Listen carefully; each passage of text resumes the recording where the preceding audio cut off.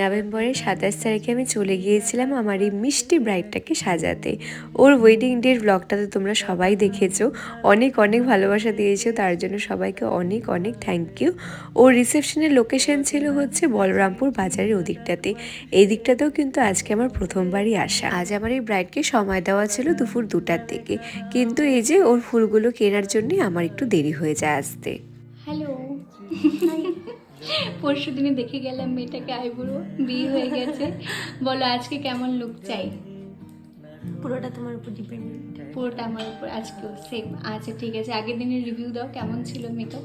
আগের দিনে সবাই তো যারাই এসেছিল সবাই একটা কথা বলছিল কি মিষ্টি লাগছে। তারপর মেকআপ অনেকক্ষণ লাস্টিং করছে, অনেকক্ষণ, অনেক কান্নাকাটি করছি, তারপরেও মেকআপ অতটা ইয়ে হয়নি।